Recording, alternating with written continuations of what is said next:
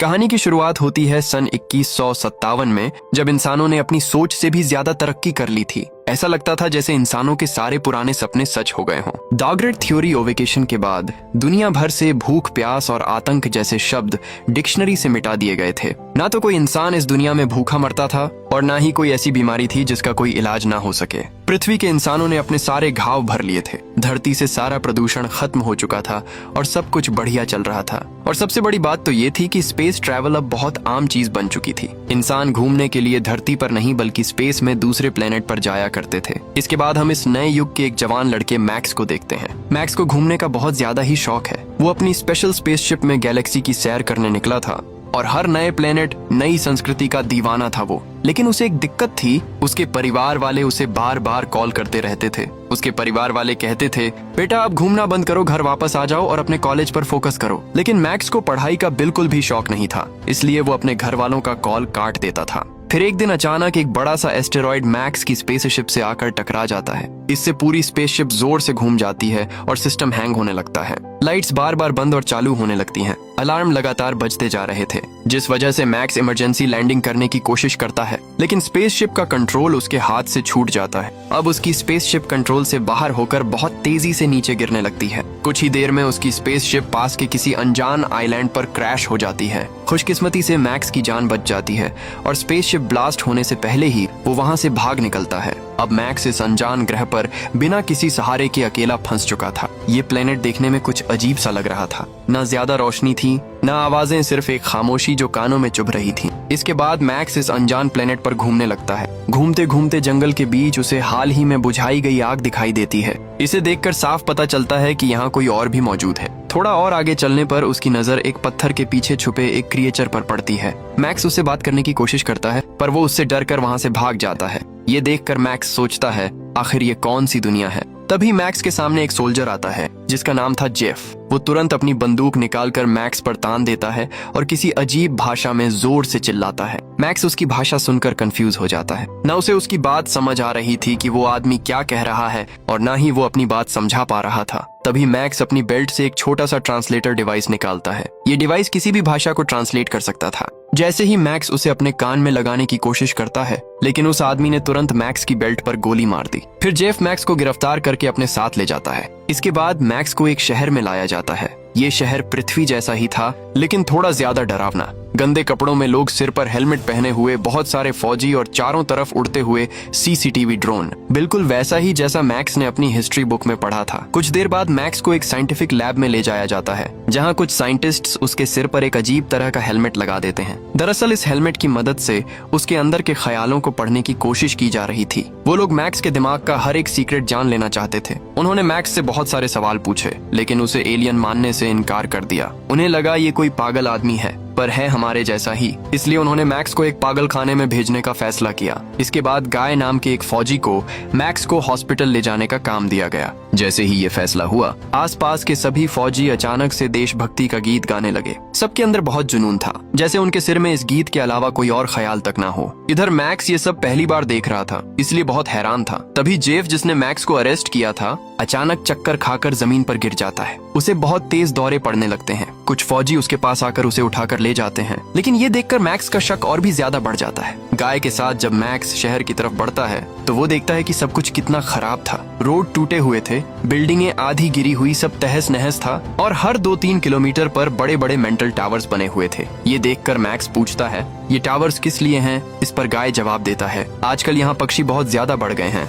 इसलिए ये टावर्स दुश्मनों से रक्षा के लिए हैं। वो दोनों बात ही कर रहे थे कि तभी एक बड़े बम का धमाका होता है। उस टावर का बेस पूरी तरह उड़ जाता है और उसका एक हिस्सा आकर मैक्स के ट्रक के आगे गिर जाता है। चारों तरफ बस धुआं, आग, शोर, चीखें, सब कुछ। कुछ लोग अपनी जान बचाकर भाग निकले, तो कुछ उसी टावर के नीचे दबकर मर गए। एक बड़ी लोहे की रॉड सीधा मैक्स के ट्रक में घुस जाती है, जिससे गाय मलबे के नीचे फंस जाता है। ये देखकर मैक्स बिना वक्त गंवाए अपनी पूरी ताकत लगाकर गाय को बाहर निकाल लेता है। इधर का पूरा एरिया जंग का मैदान बन चुका था, पर जैसे तैसे मैक्स गाय को बचा लेता है। ये देखकर गाय भी सोच में पड़ जाता है कि ये कोई मामूली आदमी तो नहीं लगता। उसके दिमाग में बस एक ही सवाल घूम रहा था, आखिर ये है कौन? इसके बाद मैक्स को पता चलता है कि इस प्लेनेट पर बगावत चल रही है। लोग सरकार के तरीकों से खुश नहीं हैं, बल्कि उनके खिलाफ खड़े हो चुके हैं। दरअसल गवर्नमेंट ये बड़े बड़े टावर बनाकर अपनी ताकत बनाए रखना चाहती थी। इस हादसे में उनका ट्रक बर्बाद हो चुका था, जिस वजह से उन्हें अब आगे का रास्ता पैदल ही पार करना होगा।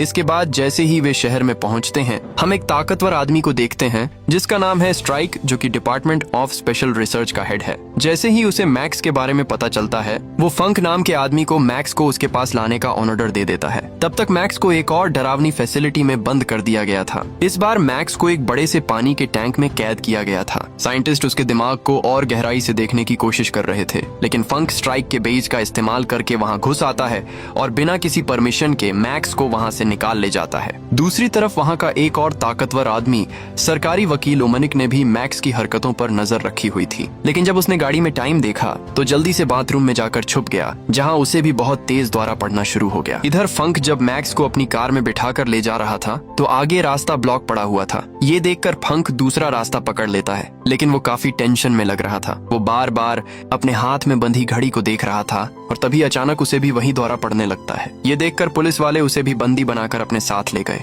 और बाकी वहां मौजूद लोगों ने तुरंत देशभक्ति वाला गीत गाना शुरू कर दिया। वे सभी लोग मैक्स को देखकर जोर जोर से बागी बागी कहने लगे, क्योंकि वो उन सभी के साथ मिलकर वो गीत नहीं गा रहा था।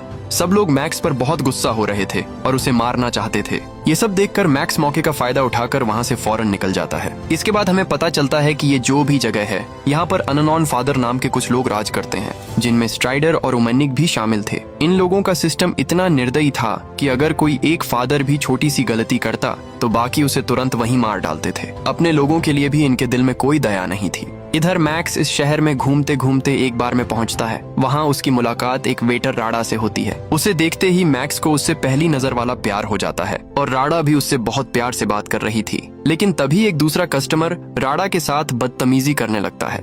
मैक्स वहीं बैठा ये सब देख रहा था और उस आदमी ने पूरे बार में उसकी बेइज्जती कर दी। अब वो आदमी गुस्से में आकर मैक्स पर अपनी छड़ी से हमला करने की कोशिश करता है, पर उसे ये पता नहीं था कि मैक्स कोई मामूली इंसान नहीं है। मैक्स अपनी फुर्ती दिखाकर उस आदमी का हाथ मोड़ देता है और उसे वहां से डराकर भगा देता है। इसके बाद मैक्स और राडा पूरे दिन बैठकर बातें करते रहे। मैक्स ने राडा को अपनी धरती और स्पेस के सारे एडवेंचर बताए। तभी मैक्स को पता चलता है कि वो गाय की बहन है, वही फौजी जिसे मैक्स ने बचाया था। फिर राडा ने मैक्स को अपने घर आने का न्योता दिया और मैक्स खुशी खुशी मान जाता है। लेकिन जैसे ही वे दोनों बार से बाहर निकले तो उनके सामने वही कस्टमर आ जाता है जिसने राडा के साथ बदतमीजी की थी। अब वो यहाँ मैक्स से बदला लेने आया था। इस बार उसके साथ कुछ और लोग भी थे, लेकिन मैक्स को लड़ने का बहुत शौक था। जैसे ही उन्होंने मैक्स पर तलवार से हमला किया तो मैक्स अपनी चतुराई से खुद को बचा लेता है। वे लोग लगातार मैक्स पर हमला करते हैं, पर मैक्स उनके हर हमले से बच निकलता है और सभी को चुटकियों में हरा देता है। लेकिन तभी वहाँ उनके और भी लोग आ जाते हैं जिनके पास बहुत खतरनाक हथियार मौजूद थे, पर मैक्स उनकी सोच से कई गुना बेहतर था। वो उन्हें भी पल भर में धूल चटा देता है। एक आदमी ने पीछे से उसके पैर में रस्सी लपेट दी और दूसरा उस पर हमला करने दौड़ा, लेकिन मैक्स ने उन्हीं के हथियारों से उन्हें खींचकर जमीन पर पटक दिया। अब आखिर में बचता है वही आदमी जिसने राडा को छेड़ा था। उसने अचानक से एक गेंद जैसी मशीन निकाली जिसमें से नुकीली छुरियां निकल रही थीं। उसी से वो मैक्स पर हमला करता है, पर मैक्स उससे भी बच जाता है। इसके बाद जब मैक्स राडा के घर पहुंचा तो वहाँ गाय भी आ जाता है। पहले तो वो मैक्स को देखकर चौंक जाता है, फिर जब उसे याद आता है कि मैक्स ने उस दिन उसकी जान बचाई थी तो वो उसे घर पर रुकने देता है। अब धीरे धीरे वक्त बीतता गया और मैक्स ने इस नई दुनिया के तौर तरीके समझना शुरू कर दिया। उसके लिए ये सब काफी अजीब था। सबसे ज्यादा हैरानी उसे तब हुई जब उसने देखा कि इस देश की सरकार उसके दिमाग के ख्याल टीवी पर दिखा रही है। वहाँ हर एक इंसान को सिखाया गया था कि वे प्लेनेट के अंदर रहते हैं, ऊपर सतह पर नहीं, और बाहर की दुनिया में कोई दूसरा प्लेनेट या सितारा नहीं है। उन्हें किताबों में पढ़ाया जाता था कि उनके अननोन फादर्स ने बागियों के खिलाफ जंग जीतकर टावर लगा दिए और तभी जाकर ये देश किसी तरह बच पाया है। गाय अब मैक्स का दोस्त बन चुका था। वो मैक्स से कहता है कि हमारे घर को बचाना उनका सबसे बड़ा फर्ज है। उसने मैक्स से कहा, तू भी गार्ड बन जा मेरी तरह ही। लेकिन प्रॉब्लम ये थी कि मैक्स के पास कोई आईडी नहीं थी और ना ही कोई पेपर्स थे। इसीलिए गाय को अपने कमांडर चाचू को इस बात के लिए मनाना पड़ा। मैक्स को मिलिट्री ट्रेनिंग से गुजरना पड़ा। उसने देशभक्ति का गीत सीखा और मिशन ट्रेनिंग ली। ट्रेनिंग में उसे जलते हुए कंटेनर के अंदर से निकलना था और बागियों जैसी दिखने वाली तस्वीरों पर गोलियां चलानी थीं। लेकिन मैक्स तो एक खतरनाक शूटर निकला जिसका कभी निशाना चूकता ही नहीं था। इसी दौरान मैक्स फ्री टाइम में राडा से मिलता था। दोनों बहुत सारी बातें करते थे और धीरे धीरे वे एक दूसरे के काफी करीब आने लगे थे। ट्रेनिंग के बाद आखिरकार मैक्स को आर्मी में भर्ती कर लिया गया। उसका पहला मिशन था बागियों के अड्डे पर रेड मारना। रेडिंग टीम ने बिल्डिंग में घुसकर सब कुछ तबाह करना शुरू कर दिया। बिल्डिंगों के अंदर कई बम फेंके गए और लोगों को बुरी तरह से घसीटा गया। ये देखकर मैक्स पूरी तरह से सन्न रह जाता है, क्योंकि बागी कोई मॉन्स्टर नहीं थे, बल्कि डरे हुए मासूम आम लोग थे। ये देखकर मैक्स ने तुरंत अपनी बंदूक नीचे फेंक दी। तभी एक बागी चुपके से बाहर निकल कर आया और जोरदार फायरिंग करने लगा, लेकिन तभी उसे धक्का देकर वहीं पर गिरा दिया गया और वहीं मौजूद कमांडर चाचू ने उसे मारना शुरू कर दिया, सिर्फ अपने मजे के लिए। इसके बाद मैक्स ने देखा कि बहुत सारे लोगों को पकड़कर एक ट्रक में जानवरों की तरह भर कर ले जाया जा रहा था। इसी बीच चाचू कमांडर ने मैक्स से पूछा, तूने अपनी बंदूक नीचे क्यों गिरा दी थी? इस पर मैक्स ने जवाब दिया, मुझे लगा था कि ये लोग कोई जंगली लोग होंगे, लेकिन ये सिर्फ मामूली आम लोग हैं। इस पर चाचू ने कहा, हाँ, उन्हें भी दर्द महसूस होता है, आम लोग ही हैं वो भी, लेकिन सोच नहीं मिलती ना हमारी। ये सुनकर मैक्स मन में सोचने लगता है, मुझे तो कोई दर्द नहीं होता, तो मैं आम आदमी नहीं हूँ क्या? इसके बाद उन सभी बागियों को कोर्ट में ले जाया गया, जिसके बाद उन्हें सजा के तौर पर एक एक करके तेज रोशनी के सामने खड़ा किया गया। इतनी तेज रोशनी की आंखें जल जाएं। कुछ बागी चिल्लाते हुए कहते हैं, हमने कुछ नहीं किया, हमें जाने दो। और कुछ बागी उन्हें गालियां भी बक रहे थे। जो शांत थे उन्हें लेबर बनाकर भेज दिया जाता है और जो लड़े उन्हें वहीं पर मार दिया जाता है। एक बागी ने अपनी मशीनी बाजू दिखाई, क्योंकि गार्ड्स ने उसका हाथ काट दिया था। फदर्स ने उसे गैस से भरा एक सूट पहनाया गया, जिसमें तेजी से उसका शरीर जलने लगता है। इधर मैक्स ये सब देख रहा होता है। वो अपना गुस्सा अंदर ही दबाकर खड़ा रहता है। इसके बाद वापस जब वो घर आता है तो वो गाय से कहता है, ये सब गलत है। गाय ने उसके जवाब में कहा, यही हमारा तरीका है और ये बिल्कुल सही है। अब मैक्स को कई लोग जानने लगे थे, तो फंक ने आसानी से मैक्स की लोकेशन ट्रैक कर ली थी। लेकिन उसे पकड़ने से पहले मैक्स और गाय को चाचू के ऑफिस बुलाया गया था। वहाँ पहुँचने के बाद चाचू मैक्स का रॉयल्टी टेस्ट लेने के लिए उसे एक जंगल में ले गया। वहाँ दो बागी थे जिन्हें मौत की सजा सुनाई गई थी। चाचू ने मैक्स से कहा, मारो इन दोनों को गोली। इस पर मैक्स ने बहाना बनाया, मैं इन्हें अकेले में मारना चाहता हूँ। लेकिन उन्हें अकेले में मारने की बजाय मैक्स ने उन्हें जाने दिया। फिर मैक्स ने चाचू के पास आकर कहा, मैं आर्मी से रिजाइन कर रहा हूँ। ये सुनकर चाचू के अंदर बहुत ज्यादा गुस्सा भर गया और पल भर में उसने मैक्स पर बंदूक तान कर उसे वहीं पर भून दिया। गाय ने उसे रोकने की बहुत कोशिश की, लेकिन चाचू ने उसकी एक न सुनी। मैक्स खून से लथपथ नीचे जमीन पर गिर पड़ा। इसके बाद चाचू गाय को खींचकर अपने साथ ले गया और मैक्स की लाश जंगल में सड़ने के लिए छोड़ दी। वहीं दूसरी तरफ फदर्स एक नई स्ट्रेटजी बना रहे थे। तभी अमनिक ने कहा, एक बार पूरी आर्मी इकट्ठी करके सारे बागियों को खत्म कर दो। सबको उसका फैसला काफी पसंद आता है, लेकिन उन्हें कुछ बहुत बड़ा करना होगा ताकि पब्लिक भी जन के सपोर्ट में आगे आ जाए। इस पर उन्होंने सोचा कि एक फेक मर्डर अटेम्प्ट किया जाए। दूसरी तरफ रात में कुछ बागी मैक्स की बॉडी ढूंढ रहे थे और जब मैक्स की बॉडी हिलती हुई दिखाई दी तो सबके होश ही उड़ गए, क्योंकि मैक्स अभी भी जिंदा था। उसके जख्म बहुत तेजी से भर रहे थे। मैक्स ने उन्हें बताया, मैं दूसरे प्लेनेट से हूँ भाई। हमारे प्लेनेट पर हेल्थ टेक्नोलॉजी बहुत अच्छी है। हमारे यहाँ के लोग चोट से मरते ही नहीं हैं। अगर सिर में सीधी गोली मार दी जाए तो वो बात अलग हो जाएगी, वरना तो मैं ठीक हो जाऊंगा। फिर सब बागियों ने मिलकर मैक्स को सब सच बताया कि टावर कोई प्रोटेक्शन के लिए नहीं है। इन टावर से ऐसे सिग्नल निकलते हैं जो लोगों के दिमाग के साथ छेड़छाड़ करते हैं। इसलिए दिन में 2 बार लोगों के अंदर अपने आप देशभक्ति का गीत गाना शुरू हो जाता है। लेकिन कुछ लोग इस टेक्नोलॉजी से इम्यून हैं। उनका दिमाग कंट्रोल में नहीं आता, बल्कि उन्हें दौरे आना शुरू हो जाता है। गवर्नमेंट उन्हें बागी का नाम देकर टारगेट करती है ताकि उन्हें मार दिया जा सके। मैक्स ये सब जानकर पूरी तरह समझ गया कि ये सिस्टम करप्ट है। तभी टावर ने फिर से सिग्नल भेजे। ये देखकर सारे बागी अपने मुंह में लकड़ी डालकर बैठ गए ताकि दौरे के दौरान उनकी जीभ दांतों के बीच न आ जाए। इधर शहर में अमनिक भी छुपकर यही कर रहा था, क्योंकि मैक्स के ऊपर इसका कोई असर नहीं होता था, तो वो सबको संभालता रहा। इसी बीच मैक्स अब बागियों की तरफ मिल जाता है। फिर उन्होंने एक प्लान बनाया कि टावर मिलिट्री में घुसकर एक टावर को उड़ाना है। मैक्स ने सबको फेंस काट दिए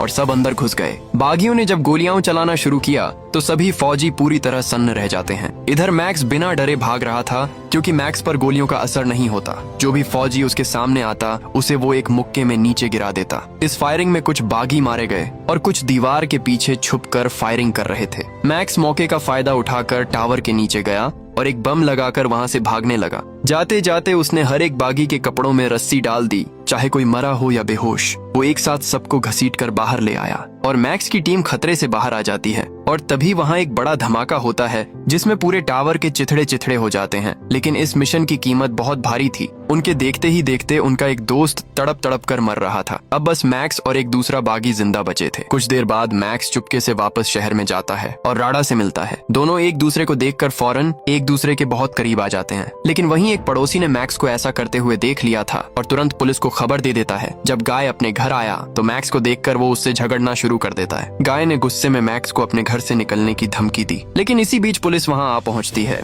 मैक्स ये सब देखकर पूरी तरह समझ गया और जैसे तैसे वहाँ से भाग निकला ताकि राड़ा और गाय किसी मुसीबत में ना पड़े। इधर जब मैक्स घर से बाहर निकला तो उसने देखा कि बाहर फौजी उसका पहले से ही इंतजार कर रहे थे, लेकिन मैक्स अपनी दमदारी के साथ एक के बाद एक फौजी को मारता गया। पर इसी बीच चाचू ने राड़ा के ऊपर गन पॉइंट कर दी। अब मैक्स के पास कोई और दूसरा रास्ता नहीं था तो उसने खुद को सरेंडर कर दिया। इसके बाद मैक्स को जेल में डाल दिया जाता है जहाँ बहुत सारे कैदी पहले से ही मौजूद थे। दूसरी तरफ स्ट्राइक ने अमनिक से मिलने का प्लान बनाया। यहाँ पर स्ट्राइक चाहता था कि मैक्स को छोड़ दिया जाए ताकि उसके दिमाग की ओर जांच की जा सके, क्योंकि वो दूसरे प्लेनेट से आया हुआ है। इस पर अमनिक ने कहा मुझे थोड़ा सोचने का टाइम चाहिए, लेकिन जैसे ही स्ट्राइक वहाँ से चला गया तो अमनिक ने मैक्स की प्रोफाइल चेक की। अब वो ये जानकर पूरी तरह हैरान रह गया कि उन टावर से निकलने वाले सिग्नल्स का मैक्स के ऊपर कोई असर ही नहीं होता। फिर अमनिक ने तुरंत एक प्लान बनाया। उसने अपने लोगों से कहा कि मैक्स को फौजियों के बीच से किडनैप करो और सबको लगना ऐसा चाहिए जैसे कि अचानक से वो वहाँ से गायब हो गया हो। अमनिक ऐसा दिखाना चाहता था कि मैक्स एक्शन में मारा गया। अगली सुबह सभी कैदियों को जंगल में भेजा जाता है। उनका ये काम था लड़ाई में बचे हुए हथियारों को इकट्ठा करना। जब वो ऐसा कर रहे थे तो वहीं मौजूद डिफेंस रोबोट अपने आप एक्टिवेट हो जाते हैं और बिना कुछ वार्निंग के फायरिंग करने लगते हैं। सब लोग नीचे जमीन पर लेट जाते हैं और सही समय का इंतजार करने लगते हैं। फिर एक एक करके सभी ने रोबोट पर हमला किया और देखते ही देखते सभी रोबोट को मार दिया जाता है। मिशन पूरा होने के बाद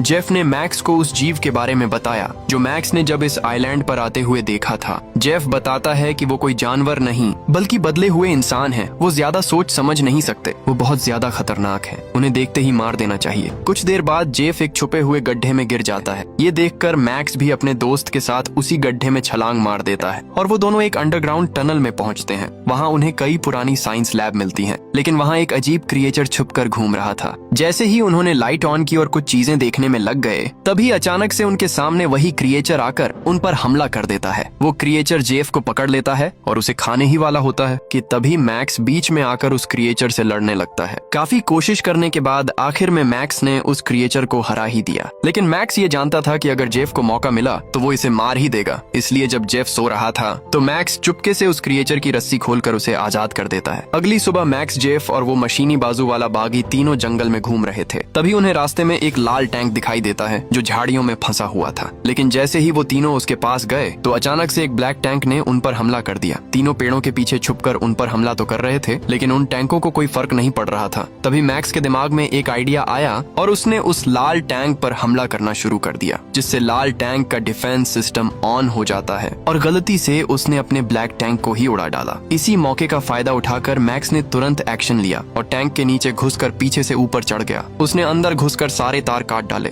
और उसे डीएक्टिवेट कर दिया। इसी जीत की खुशी में उन तीनों ने मिलकर साथ में खाना खाया। इस दौरान मैक्स ने कहा, मैं तो यहाँ से भाग रहा हूँ, कोई मेरे साथ चलना चाहता है तो बता दो। लेकिन सब हैरान थे कि वो ऐसा कैसे करेगा। फिर मैक्स ने समझाया, बॉर्डर पर माइन और ट्रैप्स हैं, लेकिन मैं वहाँ से टैंक की मदद से निकल जाऊंगा। इसके बाद मैक्स टैंक को साउथ की तरफ ले जाता है। रास्ते में कई माइन ब्लास्ट हुए, लेकिन टैंक को कोई नुकसान नहीं हुआ। इधर जब अमनिक को पता चला कि मैक्स जेल तोड़कर भाग गया है तो उसने अपने लैब में मौजूद सभी सामान को तोड़ना शुरू कर दिया। इधर रास्ते में मैक्स को कुछ फौजी मिलते हैं और वहाँ बहुत सारे बागियों की लाशें पड़ी हुई थीं। ये देखकर मैक्स अंदर से पूरा टूट जाता है। वो टैंक के अंदर चुपके से बैठकर वहाँ से निकल रहा था, लेकिन हर एक गाड़ी को चेक करना बहुत जरूरी था, इसलिए एक फौजी फौरन टैंक पर चढ़ता है। मैक्स उसे देखकर बहुत खुश होता है क्योंकि वो कोई और नहीं बल्कि गाय था। मैक्स ने बिना वक्त गंवाए गाय को टैंक के अंदर खींच लिया और मैक्स गेट तोड़कर वहाँ से निकलने लगा। फौजियों ने उस पर बहुत गोलियां चलाईं, पर टैंक को कुछ नहीं हुआ, लेकिन गाय पूरी तरह सन्न था। वो कहता है, मुझे क्यों खींचा, अंदर हमें मार देंगे वो। इस पर मैक्स ने उससे कहा, मैं तुझे एक नई जिंदगी दिखाता हूँ, चल,